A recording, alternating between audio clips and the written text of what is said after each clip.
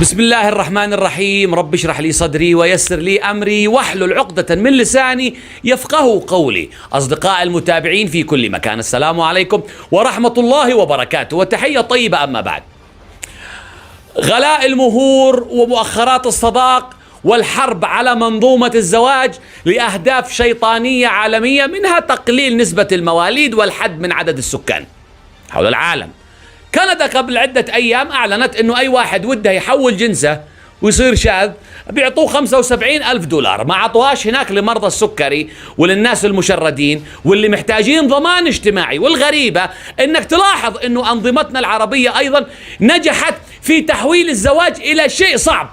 أصبح الحرام سهل، يعني في أي مكان في العالم الآن ب50 دولار تجيب أحسن واحدة يعني من البنات الليل تبات عندك. لكن لما ودك تتزوج وتتستر بالحلال تكتشف أن الموضوع أصبح يعني شيء ما يقدروش إلا الأثرياء فقط. يعني بعض الحكومات العربية أو المنظومة العالمية برمتها نجحت في تحويل الحب إلى سلعة. عشان تحب واحدة يبقى أنت لازم تخسر عليها وتجيب وتجيب وتجيب وتجيب. يعني قبل عدة أيام عراقي يتزوج كويتية، يعطيها المهر وترند طبعا، كيلو ذهب مهر، يعلم الله بكم، 100,000 دولار كيلو ذهب مهر، ومليار يورو مؤخر صداق. مليار يورو يعني هو الدبس. ما هو قال أنا أشياء أثبت لها في الفيديو أن أنا بحبها وأن أنا هفضل مخلص لها. ما كلهم قالوا كذا في البداية، يهبل. وبعدين صارت مشاكل بعد سنة 2 5 10 واضطر يطلق ويكع هذا المبلغ. الحبس يا بابا. الحب ما هو الشيء ثابت، الحب عداد يطلع وينزل، والحياة تعلم وتربي، والتجارب والمواقف تحدد ما قيمة الحب. الحب عاطفة، ستر، استقرار، تكوين عائلة، محبة، ما هوش فلوس.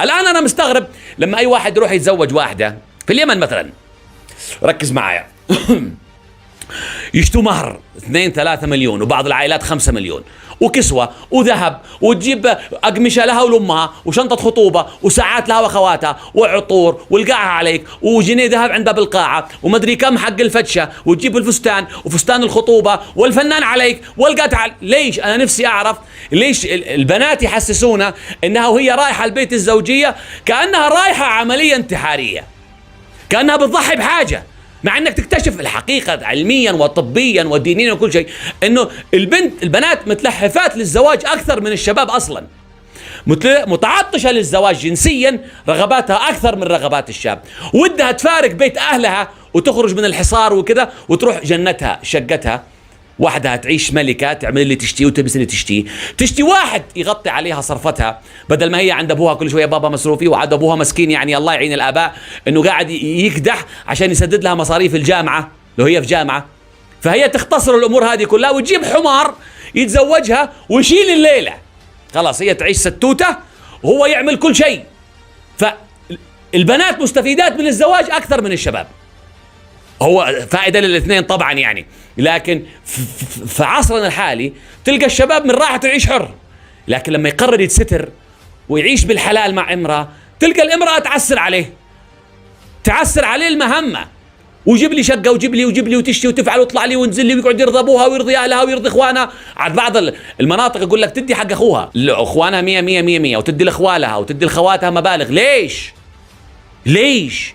هل بعض الناس للأسف يعتقد انه الزواج هذا يعتقد انه الفتاة آلة جنسية رايحة هناك للاستخدام الجنسي، فلازم يحللوها والزوج يدفع فلوس. يا جماعة الموضوع مش كذا. العلاقة الجنسية لا فيها فاعل ولا مفعول به، الاثنين فاعل والاثنين مفعول به، ويكفي انه يجي رجل محترم حتى لو كان فقير او امكانياته محدودة وياخذ بنتك ويحترمها ويعزها ويستتها ويصرف عليها ويقدرها ويدفعها للامام ويشجعها في حياتها. هذا هو المهم. في ناس لا، يجي الرجال حاب البنت، شافها في معهد، في الجامعة، في الحي، كلموه عنها، يروح يشتيها بالحلال، يشتي عزها، تلقاهم يستغلوه ويشفطوه. لما خليته الشباب يعزف عن الزواج صار يفضل بعض الشباب ضعيف الإيمان يفضل الحرام على الحلال. يعني تلقى البنات، والحلقة هذه ليست ضد الفتيات، الحلقة هذه مع الشباب والشابات، تلقى البنات من هذول في بيت أهلها لو تخبط عليها فجأة تلقاها لابسة بجامة عليها صورة دب، من كثر الغسيل صار كلب، ولما تيجي تتخطب أو واحد يتقدم لها يقلبوها البرنسيسة ديانا. ليدي سارة وتعسر على الرجال مع انه شاريها بالحلال. يعني اعظم حب انه رجال يجي يقول لك اشتيكي بالحلال، انه يقول لك اشي اتزوجك وافتح لك بيت واجيب لك شقتك بالحلال. توكلي على الله ما دام الرجال متدين على خلق وعلى دين. انا نفسي اعرف يعني البنات اللي بتطلب هذه الطلبات التعجيزيه من اي عريس جيلها، يعني انتوا ايش التضحيه اللي بتقدموها؟ ايش هي؟ هتطبخي في بيتك؟ راها شقتك مملكتك، جاب لك زوجك بيت بتطبخي فيها؟ ما انت بتطبخ في بيت اهلك لسبعة ثمانية، بتنظفي وساختك في بيتك اللي انت قاعده فيه بما انه زوجك في الشغل راكب بيت اهلك كنت بتنظفي لسبعة ثمانية. ايش بتسووا؟ علاقه جنسيه؟ ما هيش سلعه ولا تجاره، راكم الاثنين مستمتعين بالموضوع. فاتقوا الله وخفين الجنان. تلاقي البنات الايام هذه تسالها صديقتها او زميلها في الجامعه في مكان المهر تقول انا اقل شيء مهري 7 مليون. ليش؟ اي نعم هي مش حاجه، 7 مليون و100 مليون تستاهلي ما دام الرجال شريك تستاهلي، لكن ما هيش ضروره اصلا، ما الحكمه منها. ليش حولتوا الزواج الى فلوس؟ الزواج ما هوش فلوس، الزواج ستر. انك اقتنعتي بالرجال اقتنع بيك، تكملوا بعض وتعيشوا حياه سعيده بدل ما انتوا الاثنين كل واحد قاعد لوحده ساعه البومه في البومه كذا مسرش طول الليل. يعني هذه حرب ومنظومه عالميه في الاعلانات، في التلفزيونات، في المسلسلات، في الافلام. لازم يجيبوا لك انه الرجل غني وانه يعطي للبنت ويعمل لها ويكون رومانسي لاخر حد ويكون قوي يتضارب عشانها ويجيب الفلوس والسياره الاخر موديل والفيلا، وحول الحب الى سلعه وتجاره. هتدفع كام؟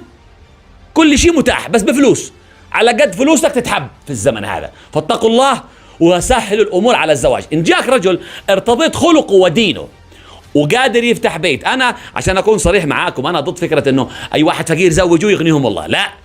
جاء واحد رجال كفو ويشتي بنتي مش قادر يفتح بيت، انا هقول له اسف، اعطيك مهله يا ابني يصير رجال، اشتحط اكثر، انت قادر تفتح بيت. فان جاك رجل ترتضي خلقه ودينه وقادر يفتح بيت، نضيفها احنا من عندنا في الزمن هذا، زمان ما كانتش موجوده، نضيفها احنا متطلبات العصر. قادر يفتح بيت، قادر يدفع ايجار ويجيب لقمه نظيفه، مش ضروري يوكلها كل يوم لحمه وجمبري، قادر يفتح بيت، يدفع ايجار، يعبي الماء، يجيب لها علاجاتها، يجيب لها لقمه طيبه، يجيب لها هدمه طيبه. يا اخي زوجوه. الان ظاهره الزواج عاده بس في اليمن وبعض الدول العربيه موجوده. انتوا عارفين لو رحتوا لبنان 98% عنوسه او 92%، اكثر دوله في العالم فيها عنوسه. ما عادش واحد قادر يتحمل تكاليف الزواج، او ايديولوجيه الشعب اصبحت انه اعيش مع جيرل فريند ما دام متاحه. هتروح دول عربيه كثيره نسبه العنوسه فيها هائله. في العالم فكره الزواج بدات تنتهي، وبدات يعني تشجيع الناس على الشذوذ، لانه شاذ مع شاذ مش هيخلفوا، شاذة مع شاذة مش هيخلفوا.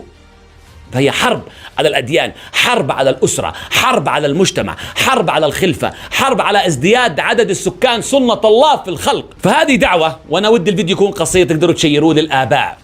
أي واحد رئيس يتزوج رسل الفيديو هذا أول شيء لعمك. يا جماعة حتى ترضوا دينه وخلقه زوجوه، ولا تعسروا المواضيع على الشباب وتدفعوهم إلى الحرام، لأنه مثل ما في شباب محترمين بيروحوا للحرام، في بنات محترمات راها بتروح للحرام وابوها ما هو عارف. اتقوا الله في الشباب واتقوا الله في الشابات وزوجوا الناس. ما ودي اطيل في الكلام، الفكره واضحه، هي تحتاج حلقه ادبيه طويله اقل شيء 30 دقيقه، لكن مش وقتها. انا كثير من المتابعين طلبوا مني الان هذه الحلقه، يعني نحن بدين ندخل، هتخلص الاختبارات ويدخل موسم الزواج، الاجازه الصيفيه انتم عارفين، وتبدا مواسم الاعراس وكذا، وكثير شباب طلبوني اوصل هذه الفكره. انا وصلتها ببساطه وبسطحيه، يعني بشكل مباشر، بينما الموضوع يحتاج نعمل له محاور وحلقة طويلة هنرتب لها لاحقا إن شاء الله. بس أنا أصلا تعبان وقد يكون عندي عملية جيوب أنفية، قلت لكم في الحلقة الماضية أو الحلقة الجاية هتطلع لكم حسب موعد عرض الحلقة. فاتقوا الله يا جماعة، اتقوا الله وساعدوا في ستر الآخرين. في ختام هذه الحلقة لكم مني تحية، أنا أيمن القاسمي، دمتم بود وسالمين جميعا.